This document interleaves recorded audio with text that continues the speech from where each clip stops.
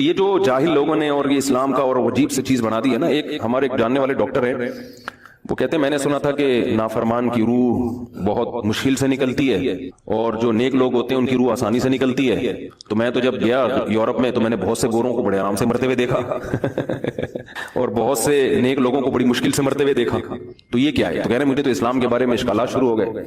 میں نے کہا آپ نے جن سے یہ تقریر سنی ہے نا کہ نیک لوگ کی روح آرام سے نکلتی ہے، بروں کی مشکل سے نکلتی ہے، انہوں نے آدھی بات بتائی ہے، پوری نہیں بتائی.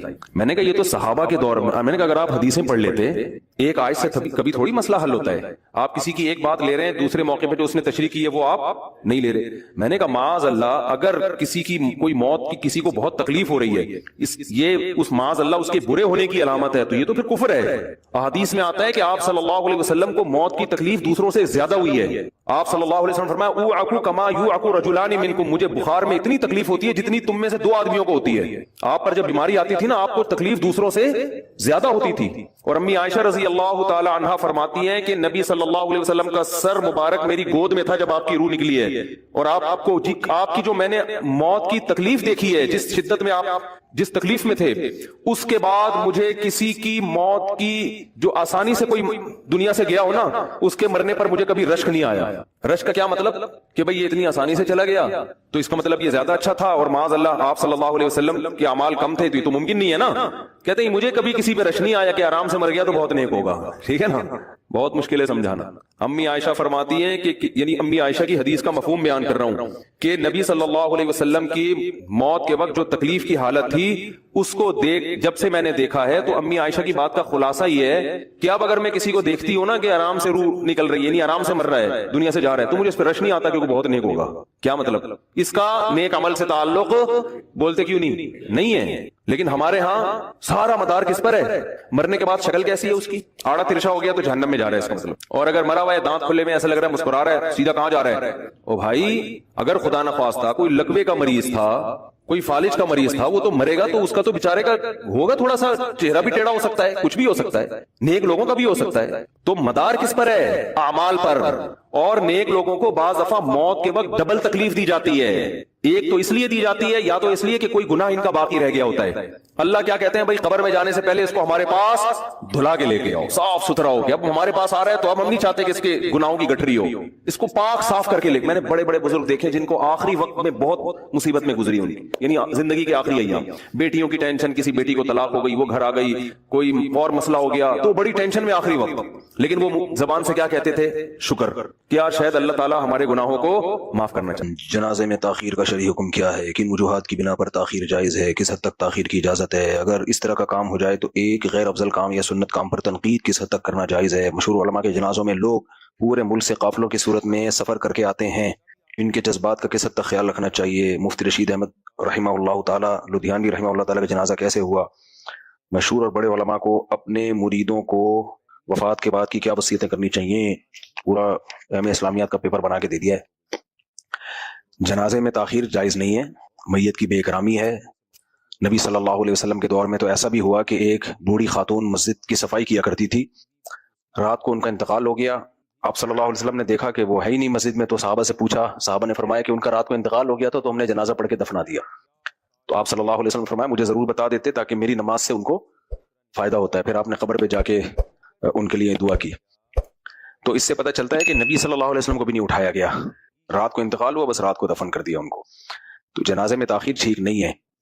باقی ابھی بہت بڑے بزرگ حضرت مختار صاحب رحمہ اللہ تعالی، حضرت شیخ الحدیث مولانا زکریا رحمہ اللہ تعالی کے خلیفہ تھے، بڑے اللہ والے بزرگ تھے، بڑے اللہ والے. اللہ تعالیٰ ان کی مغفرت کرے. لا نزکی علی اللہ احدا، جو ہمیں معلومات ہے ان کے بارے میں، جو ان کی جو تعلیمات ہے، ظاہر ہے 100% یقینی دعویٰ تو کسی کے بارے میں نہیں کیا جا سکتا، لیکن اللہ نے ان سے دین کا بہت کام لیا ہے. KPK میں ان کا جو اجتماع ہوتا تھا، بہت بڑا اجتماع ہوتا تھا، ہمارے جامعۃ الرشید سے بھی اساتذہ جاتے تھے وہاں ان کی صحبت میں. میرا بھی بہت دل کرتا تھا جاؤں، لیکن میں مشہور ہو گیا ہوں، میرے لیے کہیں آنا جانا بڑا مشکل ہو گیا ہے. کہیں بھی بیٹھو تو سیکھنے کی نیت سے، جتنے بھی اللہ والے بزرگ ہیں، ہم لوگ تو بزرگوں کو مانتے ہیں نا، ہم لوگ کے یہاں بزرگ بھی ہوتے ہیں. بہت سے لوگوں نے تو بزرگ لیس بنا دیا سوسائٹی کو. انہوں نے تو یہ پیغام دیا کہ بابے سارے ہی غلط ہیں، اور ونس اپون اے ٹائم کوئی بزرگ ہوا کرتا تھا، اب کوئی بزرگ ہے ہی نہیں. تو یہ بالکل غلط ہے. بزرگوں کی ایک بہت بڑی تعداد ہر دور میں رہے گی. تو انہی بزرگوں میں سے ایک حضرت مولانا مختار صاحب تھے، اللہ ان کی مغفرت فرمائے، ان کے درجات کو بلند فرمائے. تو ان کے جنازے میں بھی کچھ تاخیر ہوئی ہے، جس پہ لوگوں نے مجھے بہت کال کی کہ آپ اس پہ ری ایکشن ریکارڈ کرواؤ کہ علماء کے جنازوں میں تاخیر ہو رہی ہے، علماء بیانات میں تو کہتے ہیں جنازہ جلدی ہو اور عملی طور پر میرے پاس جو معلومات ہیں میں ان کے حساب سے بتا رہا ہوں. ان کے جنازے میں تاخیر مجھے جو پتا چلا ہے دھن کی وجہ سے ہوئی ہے. وہاں دھن بہت زیادہ تھی، ٹریفک، میں ابھی لاہور میں تھا نا، ہاتھ کو ہاتھ سو جائی نہیں دے رہا تھا، جو آدھے گھنٹے کا سفر وہ 4-4 5-5 گھنٹے میں ہو رہا تھا. تو میری معلومات کی حد تک جو ہے ان کے جنازے میں تاخیر ہوئی ہے دھن کی وجہ سے، بہت زیادہ دھن تھی. باقی اصولی طور پہ دیکھو مسئلہ یہی ہے، اور یہ ہمارے ہاں ہوتا ہے اکثر، بڑے لوگوں کا جب انتقال ہوتا ہے تو بہت ٹائم لگتا ہے جنازے میں. حضرت مفتی رفیع عثمانی صاحب رحمہ اللہ تعالیٰ کا انتقال ہوا، حضرت مفتی تقی عثمانی صاحب نے آرڈر دیا تھا کہ فوراً جنازہ پڑھا دیا جائے، لیکن ان کے جو بیٹے تھے انہوں نے تاخیر کروائی کسی وجہ سے، واللہ عالم. تو مفتی تقی صاحب نے کہا بھائی اب ولی کی اجازت کے بغیر ہو نہیں سکتا، یعنی دل سے یہ بتا دیا کہ میں اس پہ خوش نہیں ہوں عملی طور، یعنی اب میرے اختیار میں نہیں ہے نا، ایک چیز اختیار میں نہیں ہے تو پھر اس پہ تو مکلف نہیں ہوتا. بتاؤ کسی کا انتقال ہو جائے اور اس کا بیٹا کہہ رہا ہو جنازہ نہیں پڑھانا، تو پھر امام کیا کرے گا؟ بیٹے سے تھوڑی لڑے گا. تو اب ان کے بیٹے نے کیوں کہا وہ جانے، ان کے بیٹے جانے. لیکن یہ بات بر صغیر میں دیکھنے میں آتی ہے کہ بڑی شخصیتوں کا انتقال ہوتا ہے تو جنازے میں ٹھیک ٹھاک تاخیر ہوتی ہے. یہ غیر شرعی چیز ہے. بہت سی چیزیں عربوں میں خاندانی ہیں، کیونکہ وہ اجمیوں یعنی جو غیر مسلم ہے نا ان کے ساتھ سعودی عرب پہ حکومت نہیں رہی نا، یعنی انگریزوں نے حکومت نہیں کی، ہندوؤں کے ساتھ ان کا زیادہ جوڑ رہا نہیں ہے، تو ان کی جو عرب لوگ ہیں وہ زیادہ رہے نہیں ہیں غیر مسلم قوموں کے ساتھ. تو غیر مسلموں کی بہت ساری جو برائیاں جو ہم لوگوں میں آئی ہیں ان میں نہیں آئی ہیں. ہاں پیسہ آنے کی وجہ سے ان میں سوسائٹی میں جو خرابی آئی وہ ایک الگ بات ہے، لیکن جو کلچر تبدیل ہوتا ہے نا، ہمارے ہاں جہیز آ گیا، بارات آ گئی، یہ سارا ہندوؤں سے آیا ہے. میں اکثر بتاتا ہوں وزیرستان میں آپ جا کے دیکھو، جو ناردرن ایریاز ہیں ہمارے، ان میں جو پٹھانوں کا اصل کلچر ہے اس میں بارات کا اب بھی تصور نہیں ہے، جہیز کا اب بھی تصور نہیں ہے. یہ نہیں کہ ان کو علماء نے سمجھایا ہے، بھائی کلچر ہے ہی نہیں. جو مسلمانوں کا اصل کلچر یہی تھا کہ نکاح پہ سارا خرچہ لڑکے کا ہوگا، لڑکی والوں کا کچھ نہیں ہوگا. اب بھی وہاں بارات نہیں ہے، اگر وہ بارات کا کھانا کھلا بھی رہے ہوتے ہیں تو لڑکے سے پیسے لیتے ہیں، وہ مرد سے پیسے لیتے ہیں. سعودی عرب میں بھی ایسا ہی ہے، عربوں میں بارات ہے ہی نہیں، سارا خرچہ مرد اٹھا رہا ہوتا ہے. ہمارے ہاں سب علماء کے ہاں بیٹیوں کی شادیوں پہ باراتیں ہو رہی ہیں، سب کچھ وہی ہو رہا ہے جو ہندوؤں میں ہو رہا ہے. کوئی فرق، جہیز بھی ہو رہا ہے، عربوں میں جہیز بھی نہیں ہے، ہمارے یہاں جہیز بھی ہے، علماء کے بھی یہاں بھی ہے. چاہے تبلیغ میں ہو کوئی، اللہ ماشاء اللہ اللہ کسی کو بچا لے، چاہے تبلیغ میں ہو، چاہے وہ عالم ہو، بزرگ ہو، خلیفہ ہو، بارات بھی ہوگی جہیز بھی ہوگا، بارات بھی ہوگی جہیز بھی ہوگا، سب چل رہا ہے. کیونکہ رسم کے خلاف جہاد کرنا بڑا مشکل کام ہوتا ہے. کوئی کلچر بن چکا ہو نا، کوئی چیز کلچر کا حصہ، اس کے اگینسٹ چلنا بہت مشکل ہے. میں نے بتایا نا ابھی میں اپنے بیٹے کی شادی کر رہا ہوں، ایک مصیبت بن گئی ہے میرے لیے شادی. وہی لڑکی والے وہی بارات بھی کر رہے ہیں، وہی بھائی چھوڑو یار، میں گاڑی لے کے آ رہا ہوں، آپ بچی کو بٹھاؤ، ہماری بہو ہے، نکاح پڑھاتے ہیں، لے آتے ہیں، بس کیا ہو گیا، ہو گئی شادی. اور کیا ہے، پھر اگلے دن ولیمہ ہم کر لیں گے، وہ ہماری مرضی ہے کیسا دال چاول کھلاتے ہیں، قورمہ بریانی کھلاتے ہیں، کتنے افراد کو بلاتے ہیں، وہ ہمارا ہیڈک ہے، وہ آپ کا ہیڈک ہے ہی نہیں. اور یہ کہ ہم آپ کو کیش اماؤنٹ پکڑا دیتے ہیں بچی کی جو شادی کے لیے، جو آپ نے دلہن کے کپڑے وپڑے تیار کرنے، لڑکے کا کام ہے یہ، یا لڑکے کا باپ دے گا یا لڑکا دے گا. بیٹوں کی شادیاں شروع کرنی ہم نے تو جیسے اپنی کی ہیں، اپنی بھی میں نے ایسے ہی کی ہے. بھائی ہم گئے لڑکی والوں کے گھر گئے، بات طے ہوئی تو ہم نے کیش اماؤنٹ پکڑا دیا، بھائی آپ دلہن کے کپڑے وپڑے اس سے تیار کر لیں، جو بھی آپ کو، جو بھی دلہن کو ضروری سامان جو دیا جاتا ہے، کپڑے اور جو بھی آج کل خواتین کے میک اپ کے سامان ہوتے ہیں، بھائی یہ ہمیں تو نہیں پتا ان چیزوں کا، آپ کو پتا ہے ہم اتنا اماؤنٹ دے سکتے ہیں، اس میں یہ آپ کا ہیڈک ہے، اب کیا خریدنا ہے آپ نے، پکڑا دیا ان کو بھائی. اور ہمیں رخصتی کی تاریخ بتا دو، ہم نے اپنا گھر تیار کر لیا، یا جو سیپریٹ کوئی روم لے لیا کرائے پر، یعنی جو گھر خالی روم نہیں ہوتا، گھر ہوتا ہے، 1 کمرے کا 2 کمرے کا، جو بھی ہماری استطاعت تھی. تو جب میں نے دوسری شادی کی بالکل ایسے ہی کی، تیسری بھی ایسے ہی کی، چوتھی بھی ایسے ہی کی. تو خیر ہماری تو ساری شادیاں اس طریقے سے ہو گئی آرام سے. تو ایسے ہی ہوئی تھی. جب میری سیکنڈ میرج ہوئی تھی تو میں نے ان کو بولا کہ پہلی بھی میری بہت آرام سے ہوئی ہے. میں بیان کرتا تھا جمعرات کا اپنی مسجد میں، تو ایک دن جمعرات کو ناغہ تھا، تو اگلے دن میں آیا تو لڑکے نے آپ کل ناغہ تھا بیان میں. میں نے کہا میں اسلام آباد گیا ہوا تھا، اصل میں میری شادی تھی. نے کہا ہیں کل تو آپ یہاں گھوم رہے تھے. میں نے کہا میں گیا ہوا تھا، وہاں نکاح ہوا ہے، میری والدہ تھی، میری بھابھی، میرے بڑے بھائی اور میں، 4 افراد تھے ٹوٹل. ہم 4 افراد گئے تھے، رخصتی کر کے لے آئے، ختم. تو اگلے دن ہم نے پھر ولیمہ کیا. حالانکہ جو میری اہلیہ کے والد تھے بڑے مالدار آدمی تھے، وہ اچھے خاصے، اور سخی بھی، صرف مالدار نہیں سخی بھی تھے کیا ہیں، تو سخی بھی تھے اور مالدار بھی تھے، لیکن نہیں کچھ بھی نہیں خرچہ کیا انہوں نے، اور ہمیں اچھا لگا.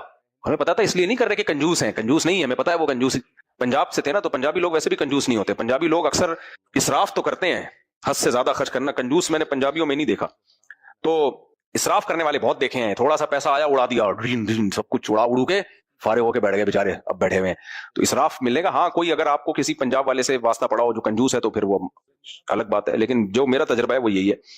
تو لیکن اڑاتے ہیں، اسراف میں ہے، یہ بھی بہت بڑی برائی ہے.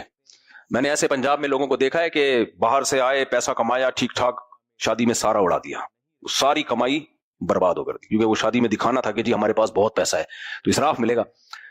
تو ہمارے سوسر صاحب نے کچھ بھی نہیں خرچ کیا، بس ہم گئے ہیں، 4 بندے گئے، ہم آ گئے. اچھا 2 ٹرین سے آئے، میں بائی ایئر آیا واپس. اگلے دن ہم نے ولیمہ کر لیا. اچھا اگلے دن 10 محرم تھا, ہم نے کہا 10 محرم کو ہو جائے گا ولیمہ, کیا جاتا ہے, تو کتنے آرام سے ہو گیا نا. تو دوبارہ جب میری شادی ہوئی وہ بھی اسی طرح ہی ہوئی ہے, تو میں نے ایک کمرے کا گھر لیا. اس وقت میری استطاعت اتنی تھی بھائی, میں دوسری زوجہ کے لیے ایک کمرے کا گھر ہی لے سکتا تھا. میں نے ان کو بتا دیا بھائی یہ میری حیثیت ہے, ایک کمرے کا گھر ہے, wash room, bath room, kitchen, سب چیزیں اس میں سہولتیں موجود ہیں, چھوٹا سا لاؤنج ہے. فی الحال میری گنجائش یہ ہے, اس سے زیادہ میں نہیں کر سکتا, میں کسی سے قرضہ نہیں لوں گا, اپنے آپ کو عذاب میں نہیں ڈالنا. اگر آپ کو سمجھ میں آ رہا ہے ٹھیک ہے, نہیں آ رہا تو بھی ٹھیک ہے, میں کہیں اور ٹرائی ماروں گا. وہی ابھی پورا بیان ہوا نا, احمقوں کی جنت میں مت رہو, نہ دوسروں کو خوشنما باغ دکھاؤ. آپ کو پتا ہے اس بیس پہ کئی رشتے ریجیکٹ ہوئے ہوں گے نا, تو ہو گئے, کوئی بات نہیں یار, ٹرائی مارتے رہو. ایک دن اللہ سنے گا آپ کی پکار, عرش ہلا دے گی آپ کی پکار, ٹھیک ہے نا. ایک دن عرش ہل گیا تو وہ لوگ راضی ہو گئے. میں نے کیش اماؤنٹ پکڑا دیا جو میری استطاعت میں تھا, بھائی آپ تیاری کر لیں. مہر بھی جو بنتا تھا, میں نے جو میرے جو گنجائش تھی مہر کی وہی رکھا ہم نے. میں نے کہا یہ مہر ہے بھائی, یہ ہو گیا. تو ایسا ہی ہوا, رخصتی ہوئی, کچھ بھی لڑکی والوں کا ہم نے خرچ نہیں کروایا, اور رخصتی ہو کے آگے فرنیچر جو بھی تھا میری استطاعت کے مطابق میں نے گھر میں ڈال دیا. دوسری شادی ہو گئی. اسی طرح پھر تیسری بھی ایسے ہی ہوئی ہے, کمرہ لیا 2 کمروں کا, اس میں میری استطاعت بڑھ چکی تھی, 2 کمروں کا گھر لے لیا ہم نے, استطاعت بڑھ چکی تھی. پھر ہم نے چوتھی شادی ہو گئی. آئی بس, ہم نے ساری اسی طرح آرام سے ہو گئی. خرچہ ہمارا ہو رہا ہے, لڑکی والوں کا نہیں کرنے دے رہے ہم, 1 ٹکا نہیں خرچ کرنے دے رہے ہم ان کو. سارا خرچہ کس کا ہوگا؟ ہمارا ہوگا. اب جب بیٹے کی شادی ہے, اب وہی حساب چل رہا ہے, ہمارے اتنے بارات میں اتنے افراد, میرا تو دماغ خراب ہو گیا. دن میں بہت نہیں, وہ پھر ڈیٹیں طے ہو رہی ہیں, فلاں تاریخ کو ہوگی, پھر لڑکی والے پھر بھائی اتنا ٹائم نہیں ہے, ہمارے تو بچوں کی لائن لگی ہوئی ہے. تبھی تو لوگ بچے پیدا نہیں کرتے یار. ایک ایک بچہ عذاب جان ہے بھائی, ایک ایک بیٹی عذاب جان ہے. بیٹے عذاب جان سے نہیں, ان کی تو کرنی نہیں ہے. وہ جب اسٹیبل ہو جائیں گے, اپنے پاؤں پہ کھڑے ہو جائیں گے, جب وہ اتنے لاکھ کمائیں گے, چاہے وہ اس دوران زنا کرنا شروع کر دیں, ڈپریشن, یا تو زنا کرے گا یا ڈپریشن سے پاگل ہو جائے گا. پراٹھے پھوڑ رہا ہے, اس کو پھر تبلیغ میں جائے گا سیروزے کے لیے, کبھی 4 مہینے کے لیے جائے گا, ٹھیک رہے گا, پھر آ کے پھر بولے گا یار پھر ویسے ہی ہونا شروع ہو رہا ہوں میں جیسا جاننے سے پہلے تھا. تو میں کہتا ہوں پراٹھے کھانا چھوڑ دے بھائی, تو ایک عذاب بنایا بھائی. تو بیٹوں کی شادی پہ بھی پھر یہی مسئلے ہوتے ہیں, لیکن اس کا حل لوگوں نے سوچا کرنی نہیں ہے, بیٹیوں کی تو کرنی ہے نا. ایک ایک بچی ایک مصیبت بنی ہوئی ہے. تو یہ ہندوؤں پہ سوٹ کرتی ہیں یہ چیزیں میرے بھائی, ہم مسلمان ہیں, اور یہ علماء کے گھروں میں بھی سب کچھ ہو رہا ہے, اللہ ماشاءاللہ جس کو اللہ نے بچا لیا. حضرت حکیم اختر صاحب رحمہ اللہ تعالیٰ کے سلسلے کے بارے میں پتا چلا, وہ اس پہ بڑے سخت ہیں ان چیزوں پہ, وہ بہت بائیک آؤٹ کرتے ہیں ان چیزوں کا. اچھی بات ہے, اللہ ان کو اور ہمت دے. تو اب جب بیٹے کا نمبر آیا ہے تو پھر وہی لڑکی والے فلانا ڈمکانا. میں نے ان کو فون بھی کیا, میں نے کہا بھائی دیکھو ہلکا رہو یار, خود بھی ہلکے رہو, ہمیں بھی ہلکے رکھو. میں نے کہا ہم آئیں گے, آپ کو کچھ کیش اماؤنٹ پکڑا دیں گے, 3-4 دن کا ٹائم لے لو, دلہن کے جو ڈریسنگ کی تیاری میں ہوتا ہے وہ ٹائم لے لو, میں گاڑی لے کے آؤں گا, میری یہی گاڑی ہے, پیچھے 4 گارڈ بیٹھے ہوں گے, پوری سیکیورٹی کا پورا انتظام ہے, انشورنس کی ضرورت ہی نہیں ہے. اور آپ کے گھر میں نکاح پڑھا کے بہو کو بٹھا کے لے آئیں گے گھر میں. پھر حوالے کر دیا بہو کو, کس کے بھائی, اس کے شوہر کے حوالے کر دیا الگ. پہلے میں نے ان کے لیے گھر کا انتظام کر لیا ہے, یہ سارا میں اپنے خرچے پہ کر رہا ہوں, کیونکہ اس کی ابھی اتنی آمدن ہے نہیں کہ وہ یہ سب کچھ کر سکے. اس کو بولا ہے بیوی کو سنبھالنا تیرے ذمہ ہے, یہ نہیں کہ انڈے کے پیسے بھی مجھ سے لے رہا ہے آ کے, دہی کے پیسے بھی, ابو دہی دے دو, دہی چاہیے, چٹنی چاہیے, یہ سارے خرچے کون کرے گا؟ کیونکہ ہاں شادی کے موقع پہ جو خرچہ ہوتا ہے مجھے پتا ہے, وہ کمیٹیاں ڈال کے کون, یہ تو وہ میں کر دیتا ہوں.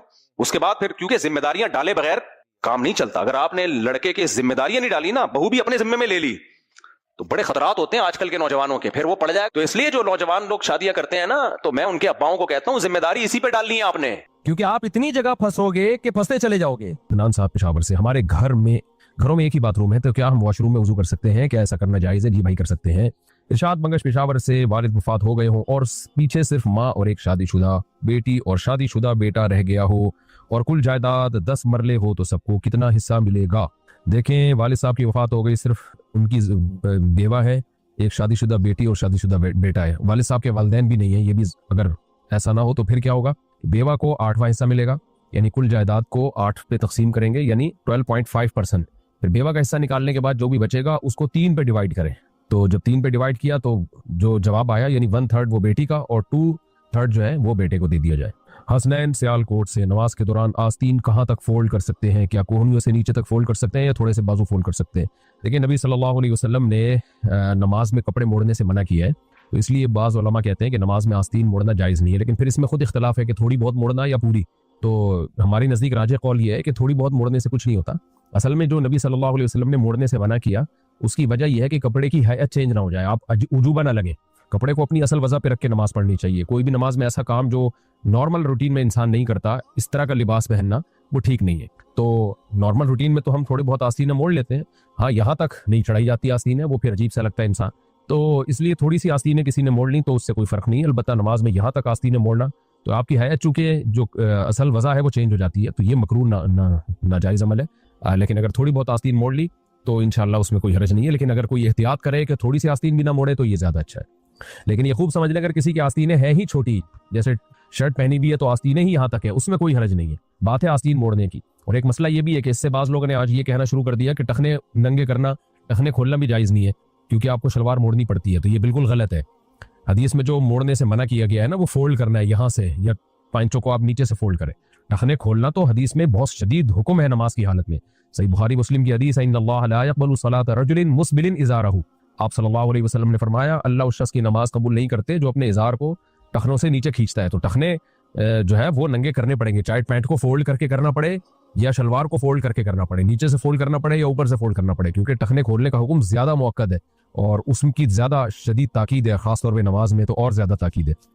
عثمان صاحب سعودی عرب سے کہتے ہیں میرا ایک دوست تھا، اس نے روزہ رکھا ہوا تھا لیکن لڑکی کے ساتھ ویڈیو کال پہ بات کر کے اپنی خواہش پوری کر لی، اب اس کا کیا کفارہ ہے؟ بہت بڑا جرم کیا، گناہ کیا۔ اب یہ کہ رمضان کا روزہ تھا تو روزہ ٹوٹ گیا، کفارہ لازم نہیں ہے کیونکہ کفارہ ہم بستری سے لازم ہوتا ہے، اور اگر نفلی روزہ تھا تو بھی گناہ بھی ہوا، ٹوٹ گیا۔ دونوں صورتوں میں ایک ہی حکم ہے کہ رمضان کا روزہ تھا تو قضا واجب ہے اور نفلی روزہ تھا تو بھی قضا لازم ہے، کیونکہ نفلی روزہ اصل میں تو لازم نہیں ہے لیکن توڑ دیا تو لازم ہو جاتا ہے، اس کی قضا لازم ہو جاتی ہے۔